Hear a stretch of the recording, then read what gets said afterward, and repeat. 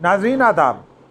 पाकिस्तानी सियासत को तो आप जानते ही हैं, रोज़ाना कोई नित नया स्कैंडल सामने आता है। कभी ऐसा जमूद तारी होता है कि महीनों बल्कि हफ्तों बल्कि महीनों तक कोई अच्छी या बुरी खबर नहीं आती, और फिर अचानक बीच से अगर ख़बर आती भी है तो वो इस किस्म की होती है जो जिसमें आवाम बहुत ज़्यादा दिलचस्पी नहीं लेते। मसलन पिछले दिनों पाकिस्तान पीपल्स पार्टी ने अपोजिशन जमातों के साथ मिलकर बजट को मुस्तरद करने का फ़ैसला किया था, लेकिन फिर ये बात सामने आई कि सबसे बड़ी जमात मुस्लिम लीग नून ने बड़े तमतराक के साथ बहुत ज़ोर लगाकर हुकूमती बजट मंजूर करवा दिया, और इस बार बजट की मंजूरी में हुकूमत को पिछले साल की निस्बत 22 वोट ज़्यादा मिले।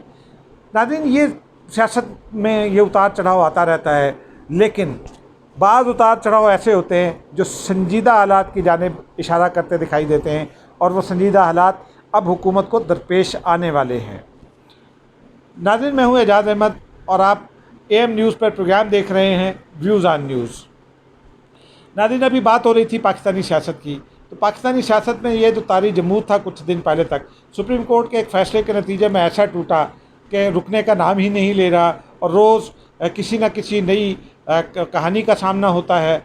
कोई ना कोई नई सियासी वारदात सामने आती है, या कोई ना कोई ऐसा वाक़या सामने आता है कि हैरान कर देता है, और फिर अचानक ऐसा लगता है कि सिस्टम अब जाने को है, कि बस जाने को है। नाज़रीन, गुज़िश्ता रोज़ आपने देखा कि जस्टिस काजी फ़ायज़ ईसा की अहलिया FBR में पेश हुई। उन्होंने अपनी मनी ट्रेल भी दे दी, उन्होंने पैसा बाहर ले जाने का रिकॉर्ड भी उनके बकौल FBR में जमा करा दिया, और उन्हीं के बकौल उन्होंने तमाम रिकॉर्ड भी FBR को पेश कर दिया। अब वो रिकॉर्ड जो है उसके ऊपर एक तो बहुत सारी ख़बरें ऐसी हैं जिन पर यकीन ना होने के बावजूद यकीन करने को दिल करता है, क्योंकि हमारे हालात ऐसे हैं। अब एक खबर तो ये है कि शायद जस्टिस काजी फ़ायज़ ईसा की अहलिया सरीना ईसा की पेशी के बाद FBR में जो है वो कुछ नया करने की कोशिश की जा रही है, और कुछ ऐसा किया जाएगा कि उनका जो रिकॉर्ड है उसको गलत करार दिया जाए, या उसे इररेलेवेंट करार दिया जाए, और फिर किसी नए केस में फंसाने की कोशिश की जाए। ये तो अभी हम कुछ नहीं कह सकते। ज़ाहिर सी बात है कि अगर ये ज़ातियात की लड़ाई में बदल गई है तो फिर जंग और मोहब्बत में सब जायज़ है, लेकिन अगर आइन और कानून का मामला है तो फिर अगर तो रिकॉर्ड दुरुस्त है तो उसे तस्लीम करना होगा, और इसमें कोई अना की जंग नहीं होगी। लेकिन क्या करें, पाकिस्तानी सियासतदान भी तो अपनी अना नहीं छोड़ते। नाज़रीन, आज जब हम अपने दफ्तर पहुँचे तो इसी हवाले से एक और चीज़ सामने आई। जस्टिस काजी फ़ायज़ ईसा की अहलिया जिनका नाम सरीना ईसा है, उनकी जानिब उनसे एक बयान सामने आया। उनका ये कहना था कि उन्हें अब भी हिरासा करने की कोशिश की जा रही है, दबाव में लाने की कोशिश की जा रही है। उन्होंने एक तकलीफ़ दे बात की। ज़ाहिर सी बात है कि कोई भी अच्छा दिल रखने वाला इंसान उस तरह की बात तो अगर सुने और उसको ये महसूस हो तो उसके लिए तकलीफ़ की बात है। उन्होंने बहुत दुख के साथ ये बताया कि 25 जून को उनके वालिद का इंतकाल हुआ। उस वक्त वो अपने वालिद के साथ थीं, लेकिन पाकिस्तान में ये खबर फीड कर दी गई, और हमारे बहुत से साथियों ने बड़े तमतराक के साथ बड़े ब्रेकिंग अंदाज में ये स्टोरीज़ चलाई कि जस्टिस काजी फ़ायज़ ईसा की अहलिया नोटिस वसूल नहीं कर रही, और FBR ने उनको 3 नोटिस भेज दिए हैं या 2 नोटिस भेज दिए हैं। नाज़रीन, अगर किसी का बाप बीमार हो तो उसकी पहली तरजीह अपने बाप की जान बचाना होगा, चाहे वो कितना बूढ़ा हो, चाहे कितना जवान हो। जस्टिस काजी फ़ायज़ ईसा की अहलिया के वालिद थे, उनकी तबीयत ख़राब थी।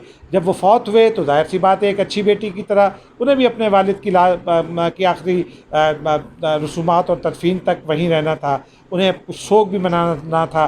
फिर जो सिंध की ट्रेडिशनल फैमिलीज़ हैं उनमें चाहे वालिद का इंतकाल हो, चाहे भाई का हो, बहन का हो, बाप का हो, या माँ का या चचा ताया का, कुछ ख़ास रवायात हैं उनके ऊपर अमल किया जाता है। उन्होंने भी उन रवायात पर अमल किया, और फिर वो FBR में पेश भी हो गई।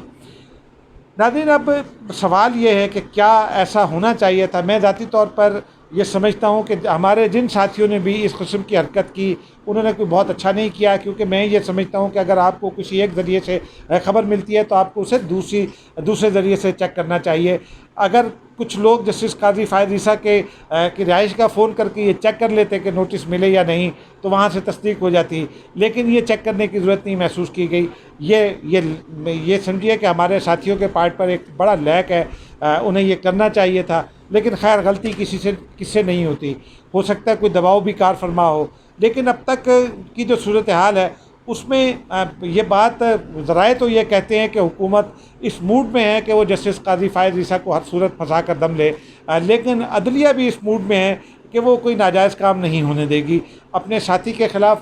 ज़ाहिर सी बात है, जजिस इंसान हैं, आपस में हो सकता है उनके ताल्लुकात अच्छे ना हों, लेकिन अदलिया की जानिब से जो एक वाज़े रिज़ॉल्व सामने आया है कि वो इस केस में और आइंदा भी इस किस्म के दीगर केसेस में, चाहे कोई किसी जज के ख़िलाफ़ हो या आम आदमी के ख़िलाफ़, अदलिया ने आज भी जस्टिस गुलजार साहब ने इस अज़्म का इजहार किया और जस्टिस बशीर आलम साहब ने भी कि अदालतों में सब अच्छा नहीं है और ठीक करना है इन सबको।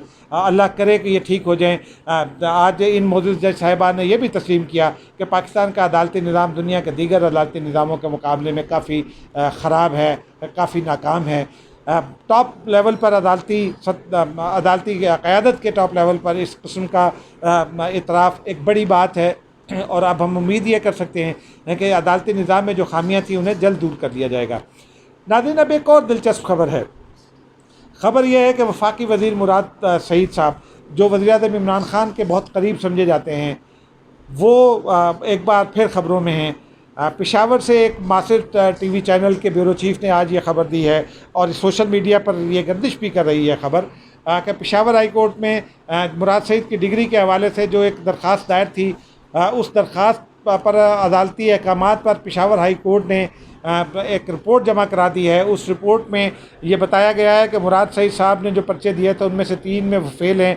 हालांकि मुराद सईद साहब ने ये डिक्लेयर कर दिया था मुबैना तौर पर कि वो पास हो गए हैं और 35 मिनट में, बाज़ ज़रा का ये कहना है कि उन्होंने ये पेपर्स 35 मिनट में पास करना ज़ाहिर किया था। लेकिन बहरहाल अगर ये मजाक है तो ये कोई अच्छा मजाक नहीं है। लेकिन अगर ये जो पेशावर यूनिवर्सिटी ने जो रिपोर्ट दर्ज कराई है, रिपोर्ट सबमिट की है, माफ़ कीजिएगा, पेशावर हाई कोर्ट में, तो वो मुराद सईद साहब के सियासी मुस्तकबिल के लिए बहुत अच्छी नहीं है। क्योंकि आम तौर पर यह देखा गया है कि PTI के लोगों ने अगर कहीं किसी के ख़िलाफ़ जो इल्ज़ामात आयद किए हैं वो ख़ुद अल्टीमेटली आकर उसमें फंसे हैं। मुराद सईद साहब बहुत प्राइम मिनिस्टर के करीब हैं, बहुत जज्बाती हैं, नौजवान हैं और बड़ी शिद्दत से अपने कायद का दिफ़ा करते हैं। बाद औक़ात तो वो इस शिद्दत से करते हैं कि उनके अल्फाज भी समझ नहीं आते, बहुत गुस्से में बोलते हैं। माइक जो कौमी असम्बली का है उनकी सीट पर लगा हुआ, वो भी शायद उनके फुर्ते जज्बात को देखकर कपकपाने लगता है, डरने लगता है, क्योंकि सनसनाहट महसूस होती है। लेकिन बहरहाल वो प्राइम मिनिस्टर पर के एक जानिसार हैं, उनका हक़ है कि वो अपने कायद का इस तरह से दिफा करें। लेकिन जब आप वो जो उर्दू कहावत है कि आप अगर किसी की जानिब एक उंगलियां उठाएंगे तो 4 आपकी तरफ होंगी, किसी और पर बोतान लगाने से पहले, इल्ज़ाम लगाने से पहले अपने गिरबान की तरफ देखना चाहिए। ये मुराद सईद साहब को भी देखना चाहिए, क्योंकि उनकी डिग्री का सवाल बहरहाल अब दोबारा खड़ा हो गया है। और अगर पेशावर हाई कोर्ट का फ़ैसला उनके ख़िलाफ़ आ जाता है तो सिर्फ उनकी नहीं, PTI की भी साख मुतासिर होगी और ऐसी मुतासिर होगी कि शायद उसकी रीबिल्डिंग में बहुत लंबा अरसा लगे। नाज़रीन, इन्हीं ख़बरों में एक इतला तो ये भी है कि पाकिस्तान मुस्लिम लीग नून और पाकिस्तान पीपल्स पार्टी के दरमियान को सब कुछ बहुत अच्छा नहीं है। गुज़िश्ता रोज़ भी हमने ये बताया था कि शहरी रहमान दोनों जमातों को दूर जाने से रोक रही हैं।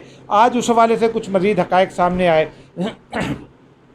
हमारे ज़राए का जो सियासत में है, सियासी ज़राए हैं, उनका ये कहना है कि मुस्लिम लीग नून ने पाकिस्तान पीपल्स पार्टी और मौलाना फजलुर रहमान को शहबाज शरीफ साहब की तरफ से ये यकीन दहानी कराई है कि वो पूरी तरह अपोजिशन के साथ खड़े होंगे।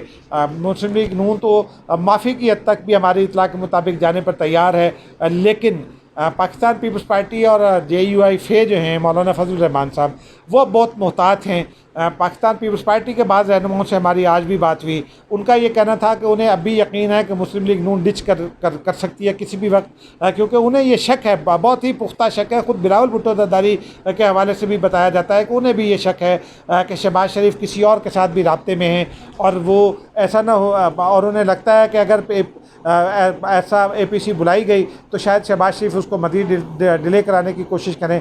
उन्हें यह भी खदशा है कि ऐसा ना हो कि शहबाज शरीफ साहब अपोजिशन को लारे में रख कर मौजूदा हुकूमत के 5 साल पूरे करा दें। लेकिन जो ताज़ा इतला है सियासी ज़राए की जानिब से वो ये है कि मुस्लिम लीग नून APC को मज़ीद 15 दिन डिले करना चाहती है अपोजिशन को ये समझ में नहीं आ रहा है कि मुस्लिम लीग नून क्यों डिले करना चाहती है। फिर मुस्लिम लीग नून की जानिब से जो एजेंडा दिया गया APC के लिए वो ये था कि जी मौजूदा बजट पर कोई समझौता ना किया जाए, बजट पर बहस की जाए, बजट पर बात की जाए, सेहत के निज़ाम पर बात की जाए।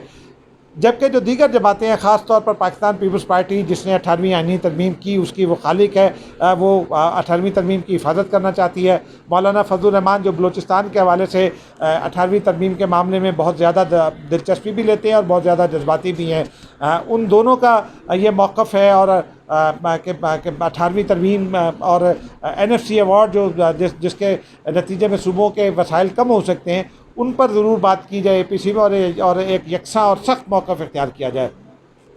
इसी पॉलिटिकल डिबेट के दरमियान में आज एक और बड़ी खबर सामने आई। मौलाना फजलुर रहमान कराची पहुँचे अचानक, और फिर अचानक ये खबर सामने आई कि मौलाना फजलुर रहमान की बिलावल भुट्टो जरदारी से मुलाकात हुई और उसमें आसिफ अली जरदारी साहब भी मौजूद थे। नाज़रीन, ये जब से आसिफ अली जरदारी साहब हॉस्पिटलाइज हुए कराची जाकर, उसके बाद से ये उनकी दूसरी वीडियो है जो आज मौलाना फजलुर रहमान के साथ मुलाकात के हवाले से मंजर-ए-आम पर आई। पहली वीडियो आपको याद होगा 27 दिसंबर को आई थी, लेकिन वो उन्होंने बिस्तर पर लेट कर पैगाम रिकॉर्ड कराया था। आज उन्होंने एक इजी चेयर पर बैठ कर ये मुलाकात की। 1.5 घंटे तक ये मुलाकात जारी रही।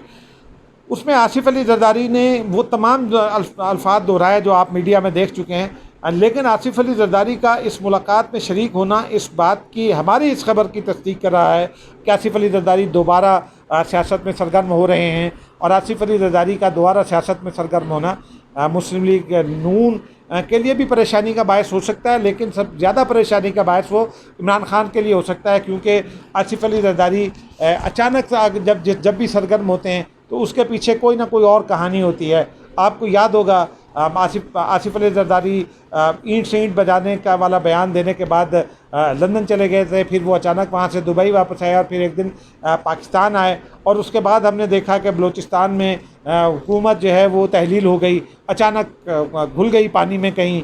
और उसके बाद अब्दुल कुद्दूस बिरिंजो साहब जो हैं वो उनको आसिफ जरदारी के करीबी साथी डॉक्टर क़य्यूम सुमरो अपने मर्सिडीज़ कार में लेकर वज़ीर आला हाउस पहुँचे और उन्होंने वज़ीर आला के तौर पर हल्फ उठा लिया। बाद में क्या हुआ वो एक नई कहानी है, उस पर आसिफ अली जरदारी के जज्बात अभी भी काफ़ी शदीद हैं, लेकिन आज उनका एक्टिव होना, इस मीटिंग में शरीक होना, इस बात की दलील है कि अगली सियासत के अगले दिनों में आसिफ अली जरदारी हमें काफ़ी मुतहरिक दिखाई देंगे। हो सकता है वो जुलाई के आखिर तक लाहौर भी आ जाएं, और लाहौर में अगर आसिफ अली जरदारी आकर बैठ गए तो फिर एक सियासी मैदान लगेगा, एक सियासी मेला सजेगा, और फिर जोड़ तोड़ की सियासत भी होगी। और फिर ऐसा लगता है, बाज़ ज़राए का ये कहना है कि आसिफ अली जरदारी जो है अगर जब लाहौर आ जाएंगे तो उसके बाद ये ज़्यादा करीब आ जाएगा। लेकिन आज की उनकी मुलाकातें जो हैं वो दो हवालों से बहुत अहम समझी जा रही हैं। एक तो उन्होंने मौलाना फजलुर रहमान को और बिलावल भुट्टो जरदारी दोनों को इस बात पर समझाया कि वो मुस्लिम लीग नून से ज़्यादा फ़ैसला पैदा ना करें।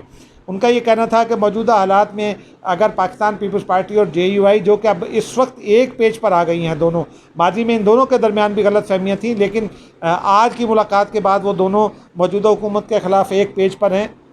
उनका ये कहना है कि इसी पेज पर मुस्लिम लीग नून को हाथ पकड़ कर खड़ा रखना ज़रूरी है, क्योंकि मुस्लिम लीग नून वफाक में अपोजिशन की सबसे बड़ी जमात है। पंजाब में वो PTI के बाद सबसे बड़ी जमात है। पाकिस्तान पीपल्स पार्टी के पास पंजाब असम्बली में 6 नशिस्तें हैं। तो उनका ये कहना था कि मुस्लिम लीग नून का दूर जाना अपोजिशन के लिए ख़तरनाक होगा, इसलिए मुस्लिम लीग नून को अपने साथ मिला कर रखा जाए। नाज़रीन, ये बड़ी डेवलपमेंट है, और बाज़ ज़राए का तो ये भी दावा है कि शायद अब इमरान खान साहब के दिन गिने जा चुके हैं। उनके ख़िलाफ़ अगले दिनों में कोई एक बड़ी पॉलिटिकल मूव सामने आएगी। इस वक्त चारों अतराफ से उन पर दबाव बढ़ता महसूस हो रहा है, और ऐसा लगता है कि अगर कोई बड़ी पॉलिटिकल मूव उनके साथ उनसे सामना हुआ तो वो एनकाउंटर नहीं कर सकेंगे। हो सकता है वो, चूँकि इमरान खान नए सियासतदान हैं, इमरान खान साहब को इक़्तिदार की सियासत का उस तरह नहीं जैसे बाकी दोनों जमातों के है, तो हो सकता है कि वो इन दोनों जमातों के सामने इन सियासी चालों के हवाले से कुछ कमज़ोर पड़ जाएं। और फिर आपको पता है कि इर्द गिर्द से भी बहुत सारी अफवाहें फैल रही हैं। कोई कह रहा है हमें इमरान खान साहब 2 महीने में जाएंगे, कोई कह रहा है 4 महीने में जाएंगे, कुछ 6 महीने की तारीख दे रहा है। लेकिन नाज़रीन, मैं ये समझता हूँ बतौर पाकिस्तानी भी और बतौर सहाफ़ी और बतौर तज्ज़िया निगार भी, कि अगर इमरान खान साहब को निकाला जाना है तो उसके लिए कोई गैर आइनी रास्ता कम से कम मेरे लिए तो काबिल कबूल नहीं होगा। हाँ, इन हाउस चेंज आ जाती है, इमरान खान साहब असम्बलियाँ तोड़ देते हैं या किसी और वजह से असम्बलियाँ टूट जाती हैं और नए इलेक्शन होते हैं तो फिर बहुत अच्छा है, वरना बैरूनी मदाखलत से जब भी कोई फ़ैसला हुआ है पाकिस्तान में उसके मनफी नताइज रहे हैं। नाज़रीन, अब तक के लिए इतना ही। आपसे ये दरख्वास्त कि मेरे चैनल को सब्सक्राइब कीजिए, अपने दोस्तों को, रिश्तेदारों को, जानने वालों को तजवीज़ कीजिए ताकि आपको डीप इंसाइट मिलता रहे। और जब तक कोरोना पर मुकम्मल काबू नहीं पा लिया जाता उस वक्त तक एहतियात बरतिए, अपनी, अपने वालिदैन और अपने बीवी बच्चों और रिश्तेदारों की हिफाजत कीजिए। अब तक के लिए इतना ही। और बिल्कुल आखिर में एक और दरख्वास्त कि आपको अगर किसी भी इशू पर कोई भी सवाल आपने पूछना है या कुछ उस पर तजिया आप चाहते हैं, उस पर तबसरा चाहते हैं तो कमेंट बॉक्स में लिखिए, हम आपके के हर हुक्म को बजा लाएंगे। खुदा हाफिज़।